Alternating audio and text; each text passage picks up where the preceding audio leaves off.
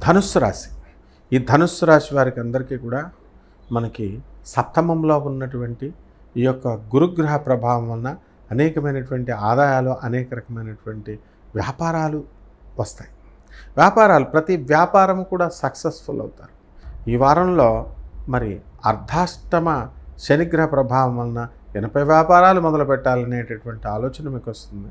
Already Rahu కుంభరాశిలో ఉండి అధికమైనటువంటి ప్రజాకర్షణ కలిగి ఉంటారు మీరు.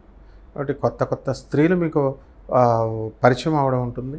అలాగే గత వారంలో మీరు కొంతమంది స్త్రీలు మీకు పరిచయం అవడం వల్ల అప్పులు ఇచ్చారు మీరు, ఆ డబ్బులు తిరిగి రాలేదనేటటువంటి మానసిక వ్యధ, అంటే ఇవన్నీ కూడా కామన్ ఇవన్నీ. కాబట్టి మీకు పట్టినటువంటి ఆ శుక్రగ్రహము ఇంకా మిమ్మల్ని వదలదు. కాబట్టి ఆ స్త్రీలతో మీకున్నటువంటి ఆ యొక్క అనుబంధాలు ఇంకా తెగతెంపులు అవ్వవన్నమాట.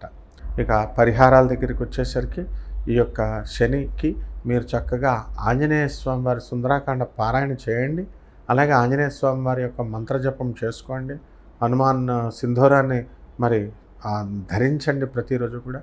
అలాగే చక్కగా ఈ యొక్క మర్రి చెట్టు ఆకుల్ని ఓడల్ని తెచ్చి ఇంట్లో పెట్టుకోండి. అలాగే జమ్మి చెట్టు చుట్టూ ప్రదక్షిణాలు చేయండి, వాటికి నీళ్ళు పోయండి. శుభమస్తు.